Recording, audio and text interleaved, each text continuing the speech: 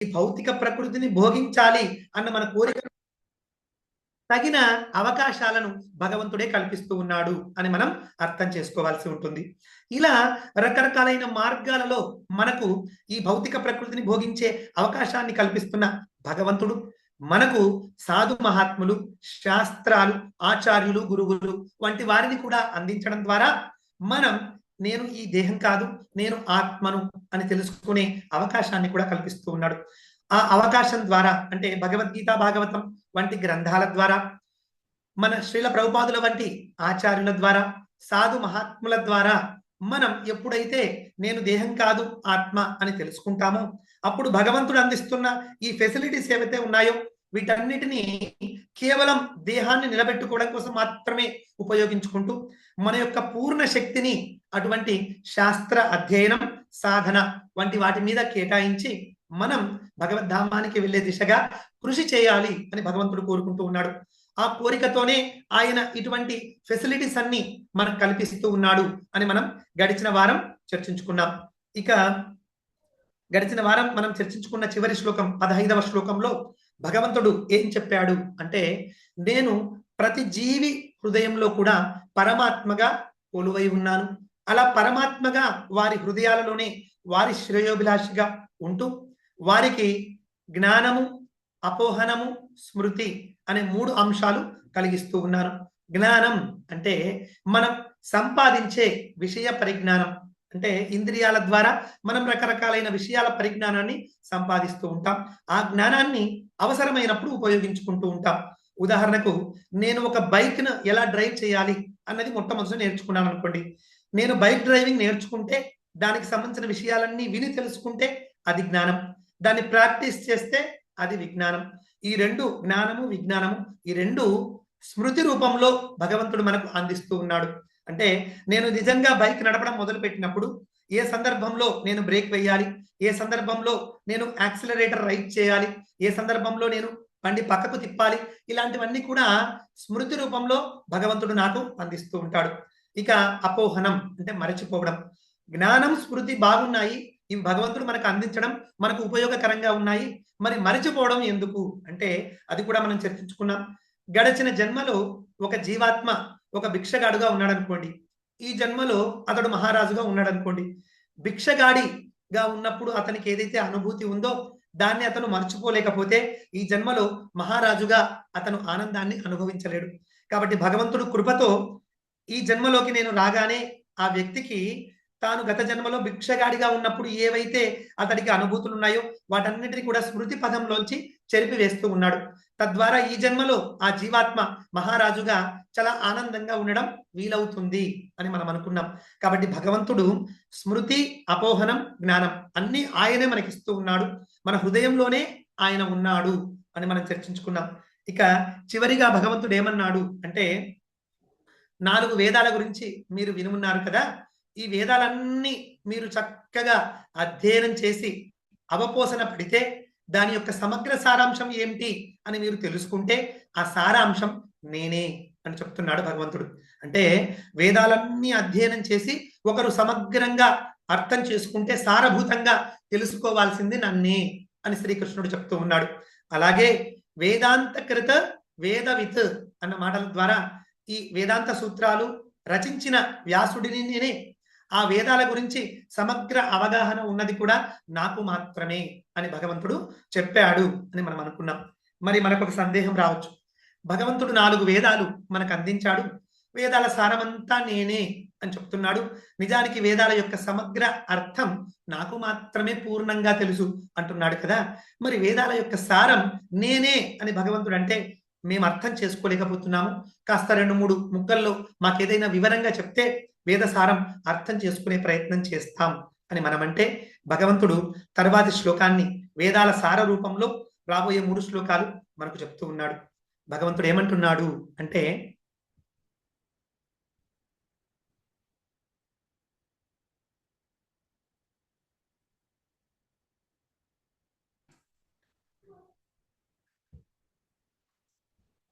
Hare Krishna. Swathi Mataji unmute చేసుకుంటారా మాతాజీ?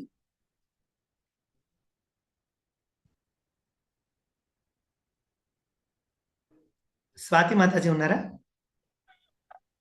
హరే కృష్ణ ప్రభుజీ. మాతాజీ శ్లోకం పలకండి మాతాజీ.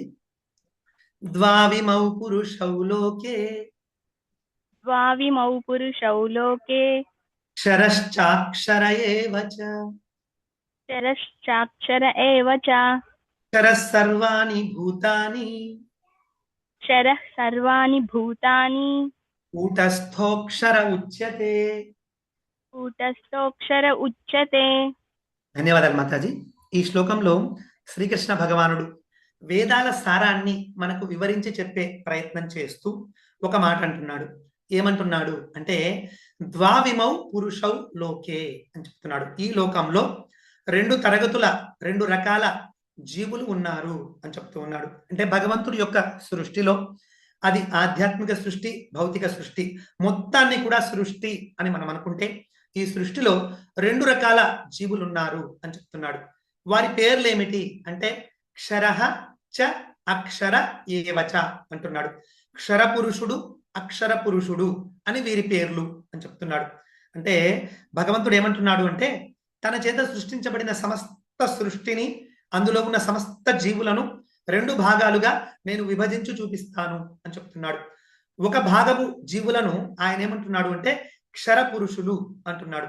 మరొక భాగపు జీవులను, మరొక రకం జీవులను అక్షర పురుషులు అంటున్నాడు. ఎవరు క్షర పురుషులు, ఎవరు అక్షర పురుషులు అంటే క్షర సర్వాణి భూతాని అంటున్నాడు. అంటే క్షర పురుషులు అంటే పతనం చెందే స్వభావం ఉన్న జీవులు అని ఎవరినంటాను? సర్వాణి భూతాని, ఈ భౌతిక సృష్టిలో సృష్టించబడిన సమస్త జీవులను నేను క్షర పురుషులు అని పిలుస్తాను. ఎందుకంటే వీరు భౌతికత్వానికి పతనమయ్యే స్వభావాన్ని కలిగి ఉన్నారు కాబట్టి క్షరం అంటే నశించడం లేదా పతనమైపోవడం అని అర్థం.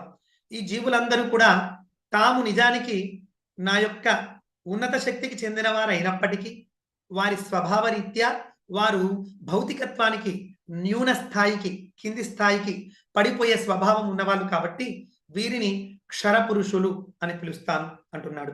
మన భౌతిక ప్రపంచంలో మనం ఎన్నోసార్లు చెప్పుకున్నాం, రకరకాల జీవరాశులు ఉన్నారు.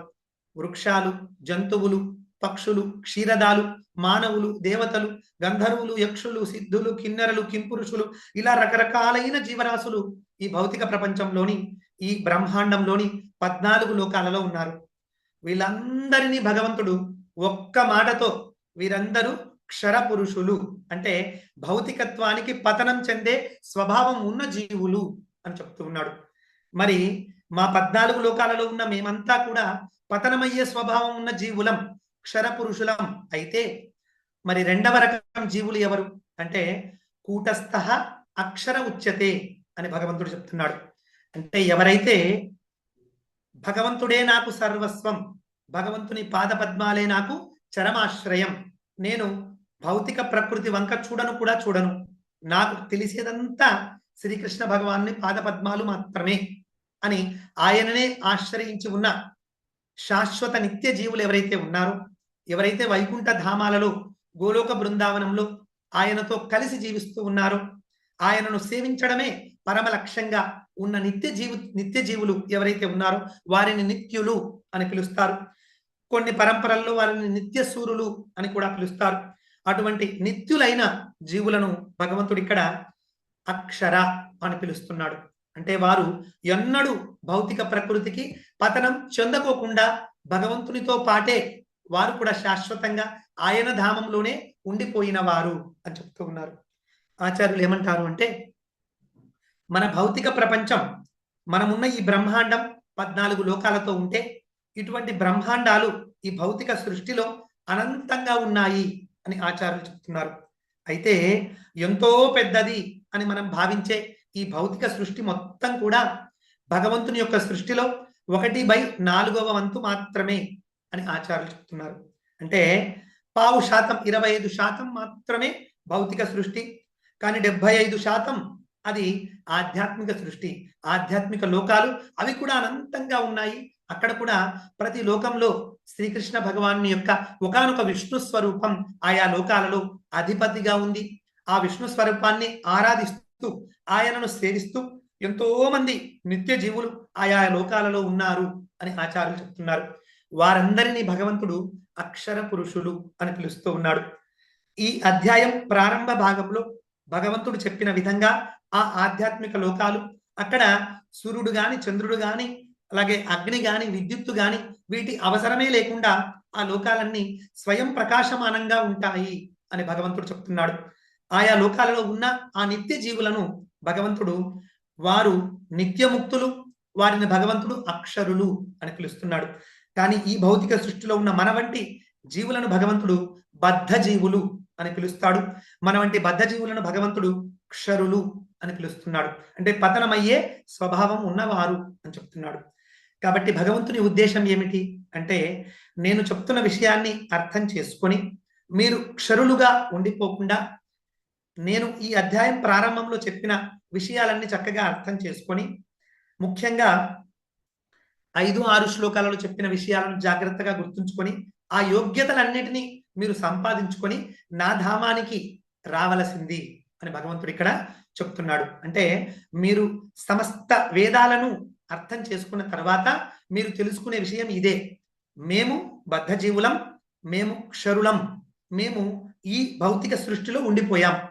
కానీ అక్షరులు అని పిలువబడే నిత్యముక్తులైన జీవులు భగవంతునితో పాటు ఆయన వైకుంఠ ధామాలలో, ఆయన గోలోక బృందావనంలో ఆయనతో పాటు శాశ్వతంగా వారు శాశ్వత సచ్చిత్ ఆనందమయ రూపాలతో, అంటే శాశ్వత జ్ఞానపూర్ణమైన ఆనందమయమైన నిత్య ఆధ్యాత్మిక దేహాలను ధరించి భగవత్ సేవలో నెలకొని వారు చాలా సుఖంగా శాశ్వత సుఖంలో ఉన్నారు.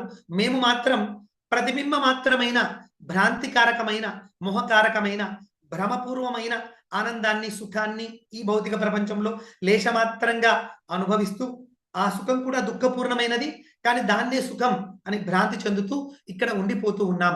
84 లక్షల దేహాలలో వేరు వేరు దేహాలను ధరిస్తూ ఇదే భౌతిక ప్రపంచంలో బద్ధ జీవులుగా బంధించబడి ఉండిపోయాం అని తెలుసుకోమంటున్నాడు. అలా తెలుసుకున్నప్పుడు మనల్ని మరొక విషయం కూడా తెలుసుకోమంటున్నాడు భగవంతుడు.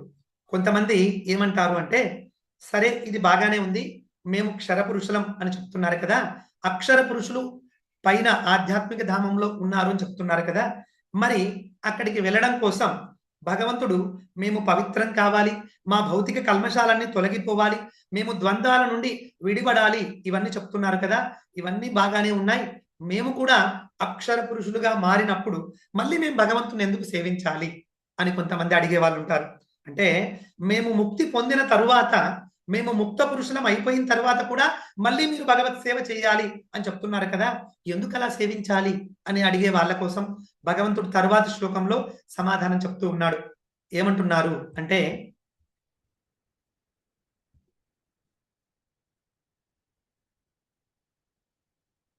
హరే కృష్ణ, విజయలక్ష్మి మాతాజీ అన్మ్యూట్ చేసుకుంటారా మాతాజీ?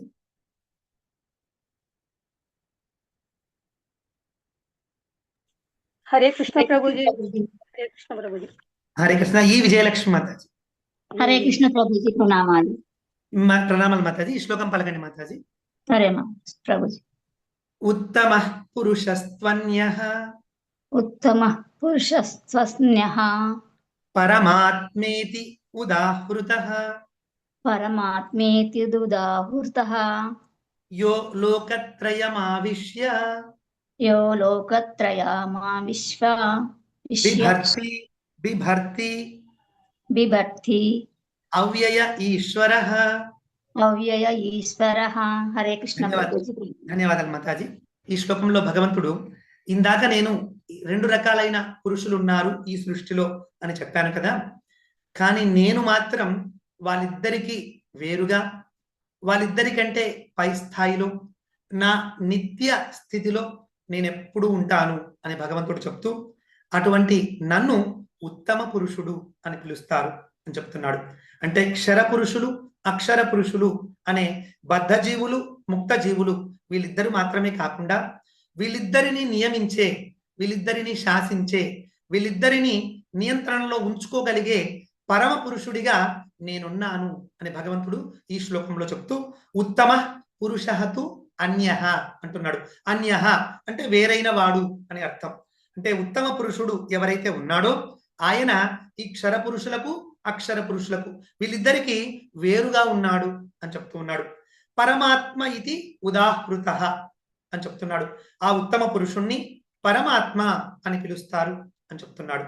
మరి అటువంటి పరమాత్మ ఏం చేస్తాడు అంటే, యహ ఎవరైతే లోకత్రయం ఆవిష్య ఈ ముల్లోకాలను కూడా ఆయన వ్యాపించి, బిభర్తి ఆ ముల్లోకాలను కూడా ధరించి పోషించేవాడు, అవ్యయ ఈశ్వర నాశరహితమైన పరమ నియామకుడు ఆయనే అని చెప్తూ ఉన్నాడు. ఈ శ్లోకంలో భగవంతుడు ఇచ్చిన ప్రతి పదాన్ని మనం జాగ్రత్తగా గమనిస్తే భగవంతుడు చాలా క్లియర్ కట్ గా ఇక్కడ ఉన్న ఈ భౌతిక ప్రపంచంలో ఉన్న బద్ధ జీవులైన, ఆ ఆధ్యాత్మిక ప్రపంచంలో ఉన్న నిత్య ముక్తులైన జీవులైన వీళ్ళందరికంటే కూడా పరమాత్మ అని పిలువబడే నేను వీళ్ళకు వేరుగా ఉన్నాను అని అన్యః అన్న మాటతో చెప్తూ ఉన్నాడు. అలాగే పరమాత్మ అని నన్ను ఎందుకు పిలుస్తారు అంటే, వీళ్ళందరూ కూడా కేవలం ఆత్మ అంటే క్షర పురుషులైన అక్షర పురుషులైన వీళ్ళందరూ కేవలం ఆత్మ అను ఆత్మలు మాత్రమే. కానీ పరమ ఆత్మ, విభు ఆత్మ, ఘన ఆత్మ అని నన్ను మాత్రమే పిలవాలి అని భగవంతుడు చెప్తూ ఉన్నాడు.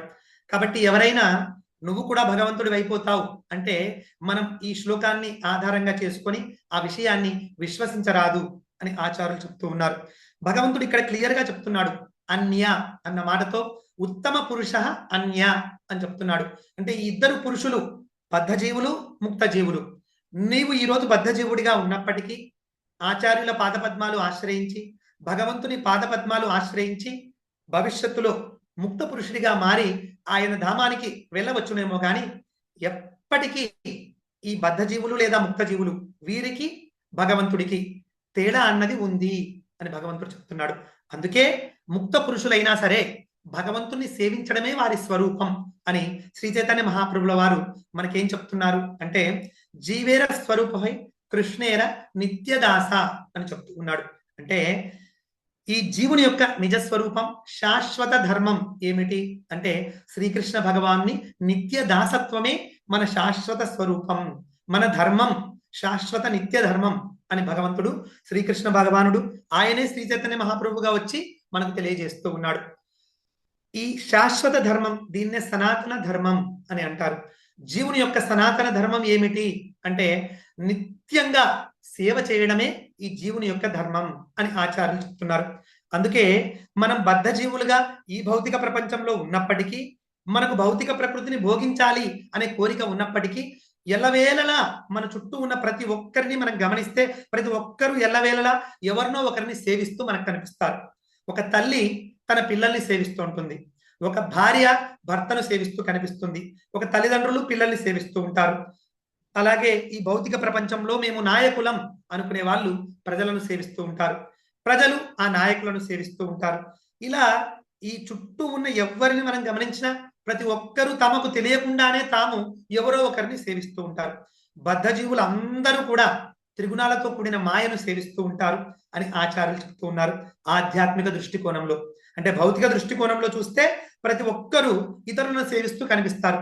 కానీ ఆధ్యాత్మిక కోణంలో చూస్తే ప్రతి జీవి, దేహాన్ని ధరించిన ప్రతి జీవి మాయను సేవిస్తూ కనిపిస్తూ ఉంటుంది. అంటే మనం నిత్య జీవితంలో చేసే ప్రతి ఆలోచన, తీసుకునే ప్రతి నిర్ణయం మాయ చేత ప్రభావితమై ఉంటుంది. మాయ అంటే సత్వగుణం, రజోగుణం, తమోగుణం వీటితో కూడినదే మాయ. ఆ మూడు గుణాలు మనల్ని ఆడిస్తూ ఉంటే మనం అవి చెప్పిన విధంగా ఆడుతూ ఆ మాయను సేవిస్తూ ఉంటాం అని ఆచార్యులు చెప్తున్నారు. అయితే ఎందుకు ఇలా మనం మాయను సేవిస్తూ ఉన్నాం? ఆధ్యాత్మికంగా, భౌతికంగా ఎందుకు మనం మన చుట్టూ ఉన్న వాళ్ళని ఎవరినో ఒకరిని సేవించకుండా ఉండలేకుంటున్నాం అంటే ఆచార్యులు చెప్తున్నారు, ఈ సేవ అన్నది ఈ జీవుని యొక్క నిత్య ధర్మం కాబట్టి మీరు ఎప్పుడు ఎవరో ఒకరిని సేవిస్తూనే ఉంటారు అని చెప్తూ ఉన్నాడు. ఒక వ్యక్తి నేను ఈ దేశానికి అధినేతను, నేను ఎవరిని సేవించట్లేదు, అందరూ నన్నే సేవిస్తున్నారు అని భ్రాంతితో భావించవచ్చు. కానీ జాగ్రత్తగా గమనిస్తే ఆ దేశాధినేత కూడా ఎవరో ఒకరిని సేవిస్తూనే ఉంటాడు అని ఆచార్యులు చెప్తున్నారు. కాబట్టి భౌతికంగా చూసినా ఆధ్యాత్మికంగా చూసినా ఈ జీవుడి యొక్క నిత్య ధర్మం సేవ మాత్రమే అని ఆచార్యులు చెప్తూ ఉన్నారు. మరి అటువంటి సేవ నీవు మాయకు చేస్తావా లేదా శ్రీకృష్ణుడికి చేస్తావా అన్నది నీవే నిర్ణయించుకో అని ఆచార్యులు చెప్తున్నారు. మనం మాయను సేవించినంత కాలం మనం ఆధ్యాత్మిక, అధిదైవిక, అధిభౌతిక అనే మూడు క్లేశాలకు గురి కావాల్సి వస్తుంది. జన్మ మృత్యు జరా వ్యాధి అన్న చక్రంలో తిరగవలసి వస్తుంది. కామ క్రోధ లోభ మోహ మద మాత్సర్య అనే 6 అంతఃశత్రువుల చేత పీడించబడవలసి వస్తుంది అని ఆచార్యులు చెప్తున్నారు.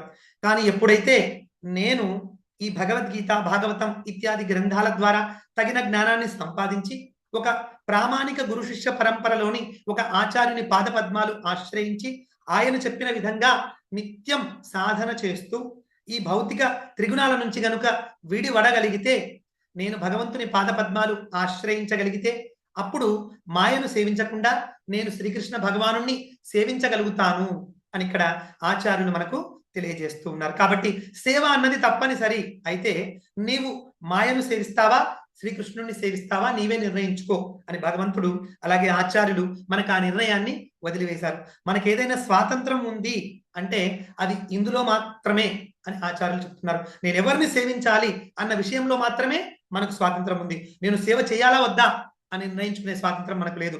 మనం సేవ చేసి తీరవలసిందే. ఎందుకంటే అది జీవుడి నిత్య ధర్మం.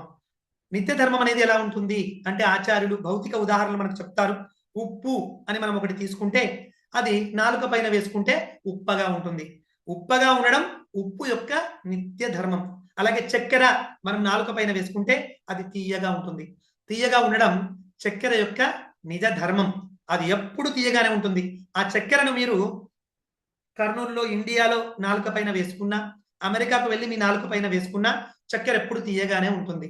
అంటే ప్రదేశాన్ని బట్టి తన ధర్మం అన్నది మారదు. అలాగే కాలాన్ని బట్టి కూడా దాని ధర్మం మారదు. 100 సంవత్సరాల క్రితం మీరు చెరుకును కొరికితే ఆ చెరుకు తీయగానే ఉండి ఉంటుంది. ఇప్పుడు మీరు చెరుకును కొరికినా అది తీయగానే ఉంటుంది. మరొక 100 సంవత్సరాల తర్వాత చెరుకును మీరు కొరికితే అది తీయగానే ఉంటుంది. తీయగా ఉంటేనే అది చెరుకు అని పిలువబడుతుంది. అది తీయగా ఉండడం దాని యొక్క నిత్య ధర్మం. అలా జీవుడి యొక్క నిత్య ధర్మం సేవ చేయడం అని ఆచార్యులు చెప్తూ ఉన్నారు, శాస్త్రాలను ఉటంకిస్తూ. సాక్షాత్తుగా శ్రీకృష్ణ భగవానుడే చైతన్య మహాప్రభువుగా మన ముందుకు వచ్చి ఆయన కూడా ఇదే చెప్తున్నాడు. జీవేర స్వరూపహై కృష్ణేర నిత్యదాసః. మీ నిత్య ధర్మం ఏమిటి అంటే శ్రీకృష్ణ భగవానుని నిరంతరం సేవించడం, అదే మీ నిత్య ధర్మం అని చెప్తున్నాడు. మీరు అది వద్దు అనుకుంటే మీరు మాయను సేవించవలసి వస్తుంది అని ఆచార్యులు చెప్తున్నారు. కాబట్టి సేవ చెయ్యాలా వద్దా అని నిర్ణయించుకునే స్వేచ్ఛ మనకు లేదు. సేవ చేయడమే మన ధర్మం. కాబట్టి మనం సేవ చేస్తూనే ఉంటాం. ఎవరిని సేవించాలి అన్నది మాత్రం మన స్వాతంత్రం ఉంది. మనం మాయను సేవించాలనుకుంటే 84 లక్షల దేహాలలో ఏదో ఒక దేహాన్ని ధరిస్తూ మళ్ళీ మళ్ళీ ఇక్కడ జన్మించవచ్చు, మళ్ళీ మరణించవచ్చు. కానీ నేను భగవంతుని సేవించాలి అనే నిర్ణయం కనుక తీసుకుంటే మనం ఇందాక చెప్పుకున్న విధంగా ఆచార్యుల పాదపద్మాలు ఆశ్రయించి మనం భక్తియుత సేవా విధానంలో మన జీవితాన్ని ముందుకు నడపవలసి ఉంటుంది అని ఆచార్యులు చెప్తున్నారు. కాబట్టి ఈ శ్లోకంలో చెప్పిన విధంగా పరమాత్మ అని ఉత్తమ పురుషుడు వేరుగా ఉన్నాడు. క్షర పురుషులు అక్షర పురుషులకు వేరుగా ఉత్తమ పురుషుడిగా శ్రీకృష్ణ భగవానుడు పరమాత్మగా ఉన్నాడు. ఆయనే ముల్లోకాలను ఆవేశించి అంటే పరమాణు స్వరూపంలో ఈ ముల్లోకాలను ఆయన వ్యాపించి ఈ సమస్త విశ్వాలను ఇందాక చెప్పుకున్న విధంగా గామావిశ్యచ భూతాని అన్న శ్లోకంలో చెప్పుకున్న విధంగా ఆయన ఈ లోకాలన్నింటినీ భరిస్తూ ఉన్నాడు, పోషిస్తూ ఉన్నాడు జీవులను అని మనం అర్థం చేసుకోవాలి. ఇక తరువాతి శ్లోకంలో శ్రీకృష్ణ భగవానుడు వేదాల సారాన్ని మరింతగా మనకు వివరిస్తూ ఇంకొక మాట చెప్తూ ఉన్నాడు. ఏమంటున్నాడు అంటే, హరే కృష్ణ. గంగా భవాని మాతాజీ అన్మ్యూట్ చేసుకుంటారా మాతాజీ? హరే కృష్ణ ప్రభుజీ. మాతాజీ ఈ శ్లోకం పలకండి మాతాజీ. యస్మాత్ యస్మాత్ చరమతీతోహం చరమతీతోహం అక్షరాదపి చోత్తమః అక్షరాదపి సోత్తమః అతోస్మి లోకే వేదే చ ప్రథితః పురుషోత్తమః. ధన్యవాదాలు మాతాజీ. ఈ శ్లోకంలో శ్రీకృష్ణ భగవానుడు మరొక విషయాన్ని మనకు చెప్తూ ఉన్నాడు. ఏమంటున్నాడు అంటే, కొంతమంది భగవంతుడు తన నోటితో తానే స్వయంగా చెప్పినప్పటికీ కూడా ఆయనే పరమ పురుషుడు అని ఒప్పుకోవడానికి ఇష్టపడరు. అటువంటి నాస్తికుల కోసం, అటువంటి అభక్తుల కోసం మరొక్క మాట భగవంతుడు చెప్తూ ఉన్నాడు. ఏమంటున్నాడు అంటే, యస్మాత్ ఏ కారణం చేత క్షరం అతీతః అహం నేను ఈ బద్ధ జీవుల కంటే వేరుగా ఉన్నాను. అక్షరాత్ అపిచ ఉత్తమః, ఆ నిత్య జీవులు ఎవరైతే వైకుంఠ ధామాలలో ఉన్నారో వారికంటే కూడా నేను వేరుగా ఉన్నాను. ఆయా కారణాల గురించి, అలాగే నేను వీరికందరికంటే కూడా వేరైన వాడిని, వీరందరికంటే కూడా ఉత్తమ స్థితిలో ఉన్నవాడిని అన్న విషయాలని లోకే వేదేచ, ఈ లోకంలో అటు వేదాలు గాని, శాస్త్రాలు గాని, లేదా లోకంలోని పండితులు గాని వీళ్ళందరూ కూడా ప్రదితః, వాళ్ళందరూ కూడా వివరిస్తూ ఉన్నారు. అతః అస్మి పురుషోత్తమః, నేనే పురుషోత్తముణ్ణి అన్న విషయాన్ని ఎవరైతే నాస్తికులు, అభక్తులు నేను చెప్తే ఒప్పుకోరో అటువంటి వారి కోసం ఈ లోకంలో పండితులు అనేవారు, లేదా శాస్త్రజ్ఞానం కలిగిన వారు, లేదా ఉత్తమ భక్తులు, విశుద్ధ భక్తులు అని పిలువబడే మహాత్ములు, వీళ్ళందరూ కూడా ఏం చెప్తున్నారు అంటే ఎన్నో కారణాలను వాళ్ళు చూపిస్తూ ఉన్నారు. శ్రీకృష్ణ భగవానుడు ఈ క్షర పురుషులకు, అక్షర పురుషులకు వేరైన వాడు. వీళ్ళందరూ కూడా క్షర పురుషులకు కొంత సామర్థ్యం ఉండొచ్చు, అక్షర పురుషులకు ఇంకాస్త ఎక్కువ సామర్థ్యం ఉండవచ్చు. కానీ వీళ్ళిద్దరి కంటే కూడా ఉన్నతమైన స్థితిలో ఉన్నవాడు శ్రీకృష్ణ భగవానుడు. ఆయనే బ్రహ్మము, ఆయనే పరమాత్మ, ఆయనే భగవంతుడు అని విశుద్ధ భక్తులు, పండితులు వీళ్ళందరూ కూడా ఈ లోకంలో తెలియజేస్తూ ఉన్నారు. అలాగే వేదాలు, పురాణాలు, ఇతిహాసాలు, ఇటువంటి శాస్త్రాలన్నీ కూడా ఈ విషయాన్ని చెప్తూ ఉన్నాయి. కాబట్టి ఎవరైతే నేను చెప్తే విశ్వాసం ఉంచట్లేదో వారు కనీసం వీటి ద్వారా అయినా తెలుసుకొని క్షర పురుషులు, అక్షర పురుషులు, అలాగే ఉత్తమ పురుషుడు వీరి గురించి సమగ్రంగా తెలుసుకుంటే అప్పుడు నేనేమిటి అంటే శ్రీకృష్ణ భగవానుడు అంటే ఎవరు, నేనెవరు అన్నది మీరు చక్కగా తెలుసుకోగలుగుతారు. అలా తెలుసుకున్నప్పుడు మీ నిత్య ధర్మాన్ని మీరు ఆచరించడానికి నన్ను సేవిస్తారు అని భగవంతుడు ఇక్కడ తెలియజేస్తూ ఉన్నాడు. అందుకే లోకే వేదేచ ప్రదితః పురుషోత్తమః అని చెప్తున్నాడు. ఈ లోకంలోని శాస్త్రాలు, పండితులు అందరూ కూడా నేనే పురుషోత్తముణ్ణి అని చెప్తూ ఉన్నారు. అది మీరు శాస్త్రాల ద్వారా అయినా తెలుసుకోండి, లేదా సాధు మహాత్ములు చెప్తే అయినా తెలుసుకోండి, లేదా నేను చెప్పిన భగవద్గీత ద్వారా అయినా తెలుసుకోండి, మీ ఇష్టం అని మనకే ఛాయిస్ ని వదిలివేస్తూ ఉన్నాడు భగవంతుడు. కాబట్టి మనందరం కూడా వేదాల సారం శ్రీకృష్ణ భగవానుడే. మన యొక్క జీవిత లక్ష్యం అంటే మనకి ఇవ్వబడిన మానవ జన్మ యొక్క పూర్ణత్వం అన్నది ఈ విషయం తెలుసుకొని ఆయన పాదపద్మాలు ఆశ్రయించినప్పుడే అది నెరవేరుతుంది అని తెలుసుకోమని ఆచార్యులు చెప్తూ ఉన్నారు. కాబట్టి ఇప్పుడు చెప్పుకున్న ఈ 3 శ్లోకాలలో మనం 3 ముఖ్య విషయాలు చెప్పుకున్నాం. భౌతిక ప్రపంచంలోని జీవులందరూ బద్ధ జీవులు, వీళ్ళు క్షర పురుషులు అని పిలువబడతారు.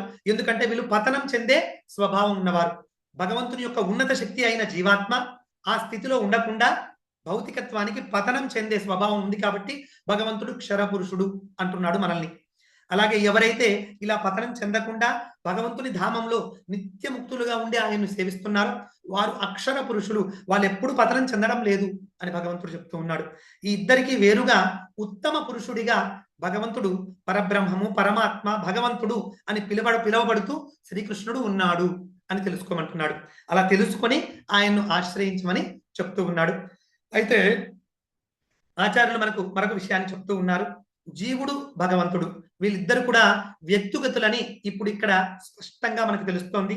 అయితే వీళ్ళిద్దరికీ భేదం ఏముంది అంటే బద్ధావస్థలో గాని, ముక్తావస్థలో గాని ఈ జీవులు పరిమాణంలో ఎప్పుడు కూడా స్వల్పమైన వారు, సూక్ష్మమైన వారు. భగవంతుడు అనంతుడైతే ఈ జీవులు ముక్తాత్ములు కానీ, బద్ధాత్ములు కానీ వీరు అనుపరిమాణ స్వరూపులు. కాబట్టి వీరికి భగవంతుడికి పరిమాణంలో తేడా ఉంది, కానీ గుణంలో తేడా లేదు అని ఇక్కడ మనకు ఆచార్యులు శ్రీ చైతన్య మహాప్రభుల వారు చెప్పిన అచింత్య భేద అభేద తత్వాన్ని చెప్తూ ఉన్నారు. అభేద అంటే నిజంగా భగవంతుడికి మనకు భేదం లేదు. ఏ విషయంలో భేదం లేదు? గుణంలో భేదం లేదు. ఈ జీవాత్మ శుద్ధమైన స్థితిలో ఉన్నప్పుడు జీవాత్మ కూడా త్రిగుణాలకు అతీతమైన వాడు. అలాగే భగవంతుడు కూడా ఎప్పుడు త్రిగుణాలకు అతీతమైన వాడు. కాబట్టి గుణరీత్యా మనము భగవంతుడు ఒక్కటే. అది అభేదతత్వం అని శ్రీ చైతన్య మహాప్రభుల వారు మనకు చెప్తూ ఉన్నారు. మరి భేదతత్వం ఏమిటి అంటే మనం గుణంలో మాత్రమే, క్వాలిటీలో మాత్రమే భగవంతునితో సమానం, కానీ పరిమాణంలో, క్వాంటిటీలో కాదు అని ఇక్కడ చెప్తూ ఉన్నారు. పరిమాణంలో ఆయన అనంతమైన వాడు, మనం అనుస్వరూపులం అని చెప్తూ ఉన్నారు.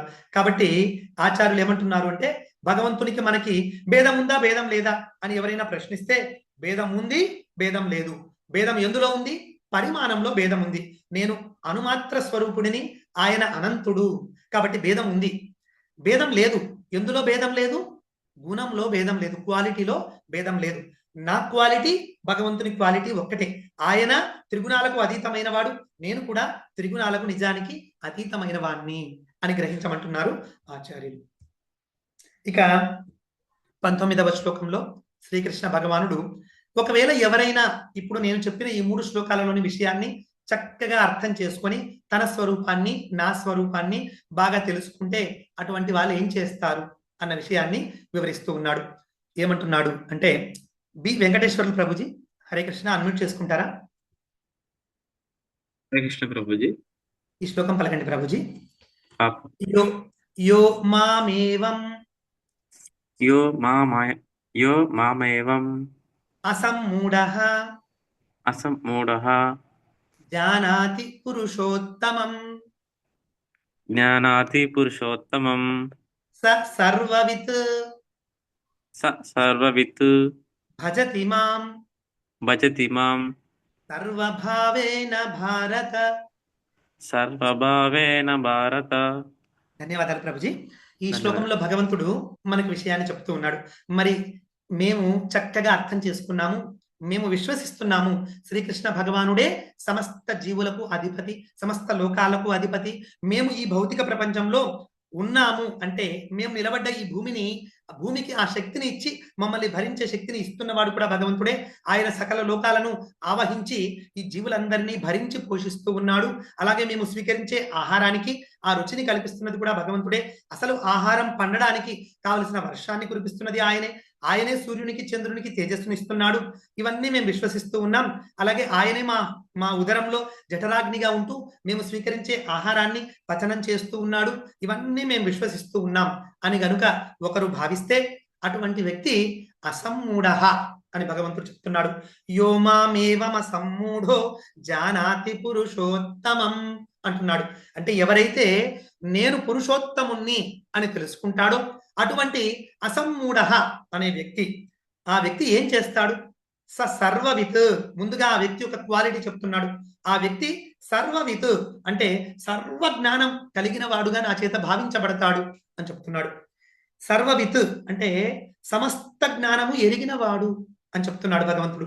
సమస్త జ్ఞానము తెలుసుకోవడం ఎలా అన్న వారికి ఈ 3 శ్లోకాల యొక్క అర్థం తెలుసుకుంటే చాలు, లేదా ఈ అధ్యాయంలో భగవంతుడు చెప్పిన విషయాన్ని విశ్వసనీయంగా సమగ్రంగా అర్థం చేసుకుని విశ్వసిస్తే చాలు అని ఇక్కడ ఆచార్యులు చెప్తూ ఉన్నారు.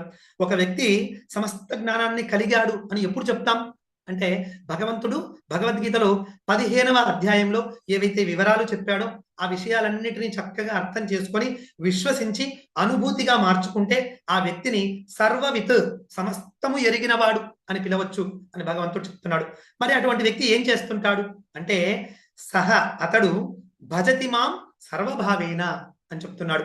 ఆ వ్యక్తి నన్నే భజిస్తాడు, నన్నే సేవిస్తాడు, నన్నే ఆశ్రయించి ఆరాధిస్తూ ఉంటాడు అని భగవంతుడు చెప్తున్నాడు. ఎలా సేవిస్తాడు అంటే సర్వభావేన, తన యొక్క సమస్త ధ్యేయం భగవంతుడే, నా లక్ష్యం భగవంతుడే అన్న విధంగా తన సర్వశక్తులు ఒడ్డి భగవంతుని సేవిస్తూ ఉంటాడు అని సర్వభావేన అన్న భావంతో భగవంతుడు చెప్తూ ఉన్నాడు. ఇక్కడ ఈ సర్వభావేన అన్న పదం చాలా ముఖ్యం అని ఆచార్యులు చెప్తున్నారు. ఎందుకంటే సాధారణంగా మనం కూడా భక్తి మార్గంలోకి వచ్చిన వాళ్ళమే, మనమందరం కూడా ఇదంతా విశ్వసించి భగవంతుని సేవిస్తున్న వాళ్ళమే. కానీ మనం ఇంకా సర్వవిత్ కాదు అని ఆచార్యులు చెప్తున్నారు. ఎందుకంటే ఇక్కడ భగవంతుడు భజతి మాం అని విడిచిపెట్టలేదు, సర్వభావేన అన్న కన్స్ట్రెయింట్ అన్న కండిషన్ పెట్టాడు. సర్వభావేన అంటే సమస్త శక్తులను కేంద్రీకరించి, సమస్త ఆలోచనలను కేంద్రీకరించి, సమస్త అనుభూతులను కేంద్రీకరించి నన్ను సేవిస్తూ ఉంటారు అని చెప్తున్నాడు. కానీ మనం అందరం కూడా పార్ట్ టైం భక్తులం, అంటే కొంత సమయం మాత్రమే భక్తి కేటాయిస్తూ ఉంటాం. మిగతా సమయం అంతా దేహాన్ని పోషించుకోవడానికి, కుటుంబ సభ్యుల బాగోగులు చూసుకోవడానికి, లేదా నిత్య జీవితంలోని మన విద్యుక్త ధర్మాలు నిర్వర్తించడానికి, వీటన్నిటికీ మనం కేటాయించుకొని ఉంటాం. కానీ భగవంతుడు ఇక్కడ చెప్పిన సర్వవిత్ అనే వ్యక్తి పూర్ణ విశ్వాసంతో భగవంతుని శరణాగతి పొందినవాడు. అంటే ఆయన జీవితంలో తను చేసే పనులు మనం చేస్తున్న పనులలాగే కనిపించినప్పటికీ, ఆయన కూడా మనలాగే విద్యుక్త ధర్మాలు నిర్వర్తిస్తున్నట్లుగా కనిపించినప్పటికీ, నిజానికి ఆయన భావన ఏమిటి అంటే తాను నిత్య జీవితంలో చేసే ప్రతి పని భగవత్ సేవలో భాగంగానే ఆయన చేస్తూ ఉంటాడు. అటువంటి వాడిని భగవంతుడు సర్వవిత్ అని ఇక్కడ చెప్తూ ఉన్నాడు. అటువంటి వ్యక్తి భజతి మాం సర్వభావేన అని చెప్తున్నాడు.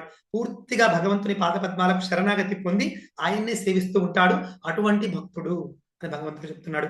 కాబట్టి ఆచార్యులు మనకు చెప్తున్నారు, ఎవరైనా నాకు వేదాలన్నీ తెలుసు అంటే అతన్ని చూసి అతని నిత్య జీవితాన్ని గమనించి అతను గనుక భగవత్ పాద పద్మాలు ఆశ్రయించి ఉంటే మనం ఓకే, ఇతను వేదాల గురించి తెలుసుకున్న వాడే అని మనం అర్థం చేసుకోవచ్చు.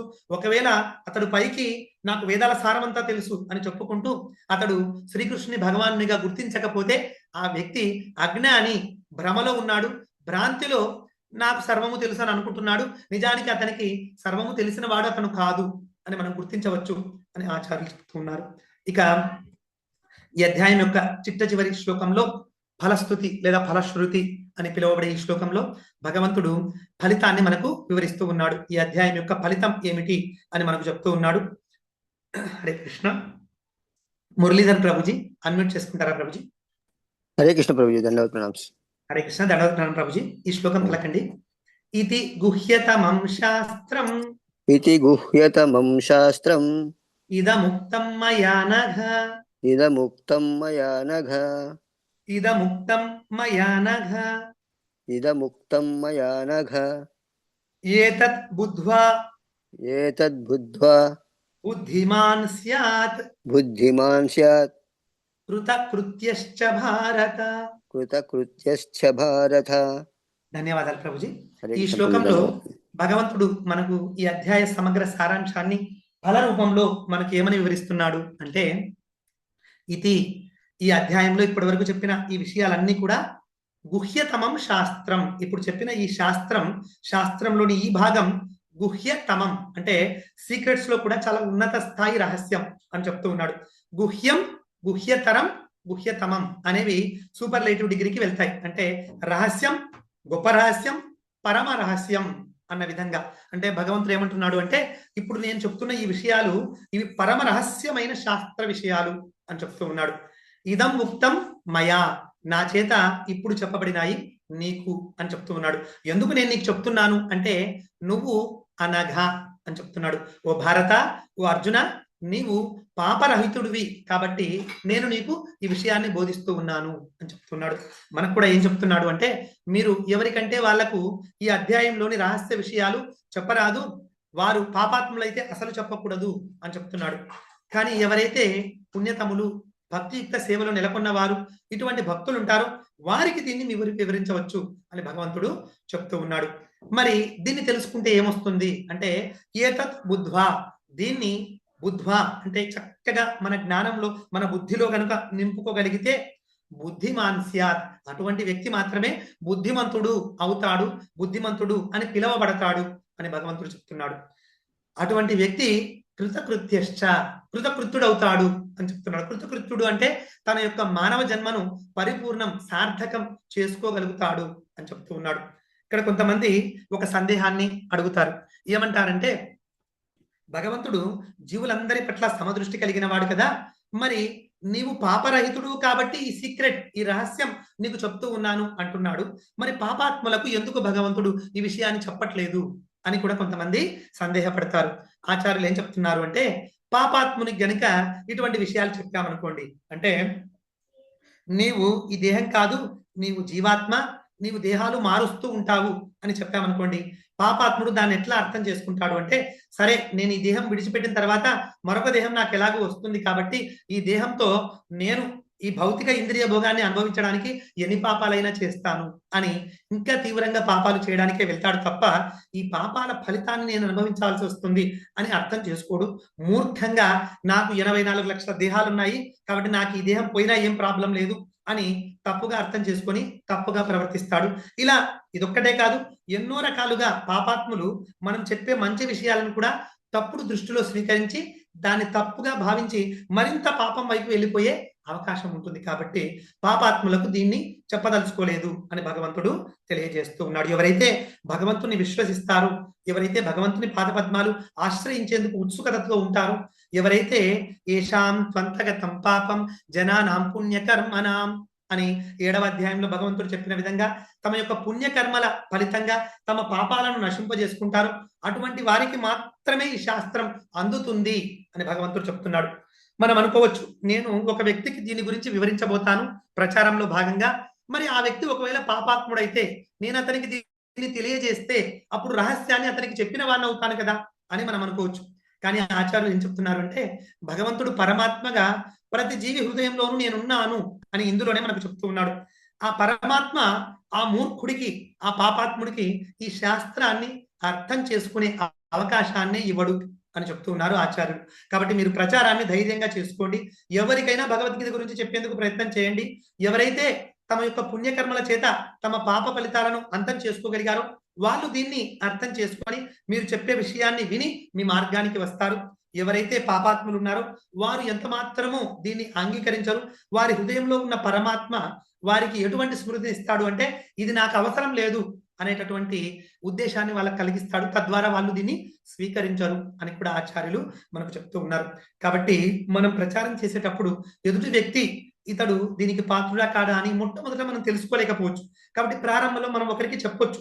కానీ 2-3 సార్లు చెప్పిన తర్వాత కూడా ఆ వ్యక్తిలో మార్పు రాకపోతే, అతడు మనం చెప్పేది వినకపోతే, అతడు భగవద్గీత పైన ఇష్టాన్ని చూపించకపోతే ఇక మనం అతనికి చెప్పడం వదిలివేయవచ్చు అని కూడా ఆచార్యులు చెప్తూ ఉన్నారు. కాబట్టి మనం ప్రారంభంలో ఇతడు పాపాత్ముడా, దుర్మార్గుడా, మంచివాడా అన్న భేదభావం ఏమీ లేకుండా ప్రతి ఒక్కరికి భగవద్గీత సారాంశాన్ని అందించే ప్రయత్నం చేయాలి. 1కి 2 సార్లు, 2కు 3 సార్లు కూడా మనం ప్రయత్నం చేయవచ్చు. అయినప్పటికీ వారిలో మార్పు రాకపోగా వారు మళ్ళీ భగవద్గీతనో, మనల్నో లేదా భక్తులను, భగవంతున్నో నిందించే ప్రయత్నం ప్రారంభిస్తే అప్పుడు అటువంటి వ్యక్తిని మనం వదిలివేయాలి. అటువంటి వ్యక్తికి మనం భగవద్గీత గురించి చెప్పక్కర్లేదు అని మనకు ఆచార్యులు చెప్తూ ఉన్నారు. కాబట్టి ఈ విషయాలన్నీ చక్కగా మనం నెత్తికి ఉంచుకొని ఈ అధ్యాయంలో భగవంతుడు చెప్పిన గీతా సారాన్ని చక్కగా అర్థం చేసుకొని మనం కూడా నిత్య జీవితంలో భగవంతుణ్ణి, భక్తులను, ఆచార్యులను ఆశ్రయించే ప్రయత్నం చేద్దాం. హరే కృష్ణ. ఇంతటితో ఈ అధ్యాయం పూర్తయిపోయింది. ఎవరికైనా ఏదైనా సందేహాలు ఉంటే ప్రశ్నించవచ్చు.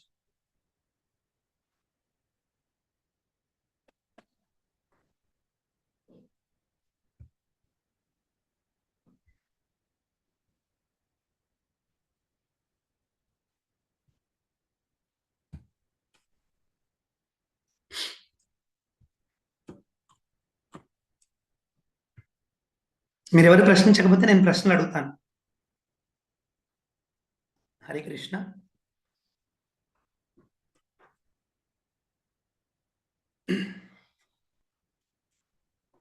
కాబట్టి ఈ అధ్యాయం ప్రారంభం నుంచి విన్న వాళ్ళు సులభంగా ఆన్సర్ చేయగలుగుతారు. చివరిలో ఈ రోజు చెప్పిన విషయాలు కూడా అడుగుతాను. ఎందుకంటే అధ్యాయం పూర్తయింది కాబట్టి ముందు నుంచి ఒక్కసారి రివిజన్ చేసుకున్న విధంగా మనం ప్రశ్నలు అడిగితే బాగుంటుందని భావిస్తున్నాను. అందరికీ ఓకేనా? మీరు ప్రశ్నలకు సమాధానం చెప్పేందుకు సిద్ధంగా ఉన్నారా? ఓకే ప్రభుజీ. హరే కృష్ణ. నా వాయిస్ వస్తుందా? వస్తుంది ప్రభుజీ. Right, okay. నేను 2-3 ప్రశ్నలు అడుగుతాను. ముందుగా పాత క్లాస్ ఇవి. ఈ భౌతిక ప్రపంచాన్ని ఎటువంటి వృక్షంతో భగవంతుడు పోల్చాడు? ఎవరైనా చెప్తారా? అశ్వత్థ వృక్షం ప్రభుజీ. మర్రి చెట్టు. అశ్వత్థ వృక్షం. రైట్. అది ఎలా ఉంది? తలకిందులుగా ఉంది. తలకిందులుగా ఉంది. రైట్, సంతోషం. అయితే భగవంతుడు ఈ భౌతిక ప్రపంచానికి వేరుగా మరొక ప్రపంచం ఉంది అని చెప్పాడు. ఏమిటది? ఆధ్యాత్మిక ప్రపంచం. ఆధ్యాత్మిక ప్రపంచానికి వెళ్ళడానికి మనకు ఎటువంటి యోగ్యతలు కావాలి అని భగవంతుడు చెప్పాడు? శుద్ధ భక్తులు కావాలి ప్రభుజీ. ఓకే, కొన్ని క్వాలిటీస్ చెప్పాడు. ఎవరైనా చెప్తారా? హరే కృష్ణ ప్రభుజీ. హరే కృష్ణ మాతాజీ. ఇతరులతో గౌరవించబడాలనేటువంటి కోరిక లేకుండా ఉండాలి, మోహం లేకుండా ఉండాలి. దుస్సాంగత్యము అంటే భౌతిక సంపర్కంతో ఎక్కువగా ఉన్నటువంటి వాళ్ళ సాంగత్యాన్ని విడిపడి ఉండాలి. శాశ్వతత్వంను అవగాహన చేసుకొని ఉండాలి అని చెప్పారు. అదేవిధంగా కామ కోరికలన్నింటినీ విడిచిపెట్టాలి అని చెప్పేసి అన్నారు. సుఖ దుఃఖాలనే ద్వంద్వాల నుంచి విముక్తులైన వాళ్ళు అని చెప్పారు. హరే కృష్ణ ప్రభుజీ. ధన్యవాదాలు మాతాజీ, చాలా చక్కగా చెప్పారు. ఈ క్వాలిటీస్ తో పాటు ఒక కండిషన్ కూడా భగవంతుడు పెట్టాడు. ఎవరైనా చెప్తారా? భగవంతుడికి శరణొచ్చటం తెలిసిన వ్యక్తులు మాత్రమే భగవంతుని యొక్క ధామాన్ని చేరుకోగలుగుతారు. కరెక్ట్ మాతాజీ. ఇంకా ఏదైనా చెప్తారా మాతాజీ? ఒక కండిషన్ పెట్టాడు భగవంతుడు అదే శ్లోకంలో. ఈ క్వాలిటీస్ చెప్పిన శ్లోకంలోనే ఒక కండిషన్ చెప్పాడు. అమూఢ అనే స్థితిని పొంది ఉండాలి. హరే కృష్ణ ప్రభుజీ. అంటే రైట్ భ్రాంతి మాతాజీ, కరెక్ట్ రహితులై మాతాజీ. ఉండాలి. కరెక్ట్ మాతాజీ. భ్రాంతి రహితులని ఎవరిని అంటారు? అంటే ఈ 6 గుణాలు, ఈ 6 లక్షణాలను ఎవరైతే పెంపొందించుకుంటారో వాళ్ళనే భ్రాంతి రహితులు అంటారు. రైట్ మాతాజీ. దాంతో పాటుగా మనం ఇంకోటి కూడా చెప్పుకున్నాం. యోమాం అజం అనాదించ వేత్తి లోకమహేశ్వరం అసమ్మూఢ సమర్థ్యేషు అని భగవంతుడు 10వ అధ్యాయంలో మనకు చెప్పి ఉన్నాడు.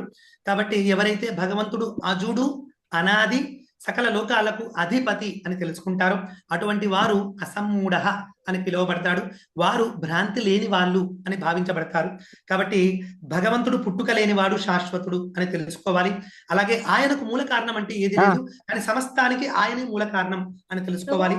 సకల జీవులకు, సకల లోకాలకు ఆయనే నియామకుడు అని కూడా తెలుసుకోవాలి. ఇటువంటి వారిని భ్రాంతి రహితులు అని మనం భావించవచ్చు అని మనం అనుకున్నాం. అలాగే ఆధ్యాత్మిక ప్రపంచం గురించి భగవంతుడు వివరిస్తూ ఆధ్యాత్మిక ప్రపంచంలో టమాటాలు వేసి టమాటా చెట్లు వచ్చినాయి కృష్ణ. హరే కృష్ణ. దయచేసి అన్మ్యూట్ చేసుకోండి వెంకటేశ్వర ప్రభుజీ. అలాగే ఇంకెవరో మాట్లాడారు, దయచేసి అన్మ్యూట్ చేసుకోండి. అలాగే ఆధ్యాత్మిక ప్రపంచంలో వెలుగు కోసం ఏది అవసరమని భగవంతుడు చెప్పాడు? సూర్యుడా, చంద్రుడా, అగ్ని, ఏది ఆధ్యాత్మిక మాతాజీ? భగవంతుని యొక్క కాంతితోనే ప్రకాశిస్తుంది. సూర్య చంద్రుడి కాంతి, అగ్ని విద్యుత్తులు ఏం అవసరం లేదు. రైట్ మాతాజీ.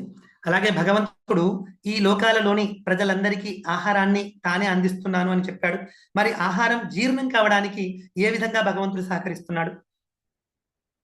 జఠరాగ్ని ప్రభు, జఠరాగ్ని. అహం వైష్ణవ రూపాలు. రైట్, జఠరాగ్ని రూపంలో భగవంతుడు సహకరిస్తూ ఉన్నాడు. అలాగే ఈ భౌతిక ప్రపంచంలో, అలాగే ఆధ్యాత్మిక ప్రపంచంలో మొత్తం భగవంతుని సృష్టిలో ఉన్న జీవులను భగవంతుడు ఎన్ని రకాలుగా విభజించాడు? 2 రకాలు. 2 రకాలు. వాళ్ళు ఎవరని చెప్తారా? క్షర అక్షర ప్రభుజీ. క్షర అక్షర. రైట్. మరి ఈ క్షర అక్షర కంటే ఉత్తమ పురుషుడు ఎవరు? భగవంతుడు ప్రభుజీ. రైట్, భగవంతుడు. మరి అలా తెలుసుకున్న వాళ్ళు ఏం చేస్తారు?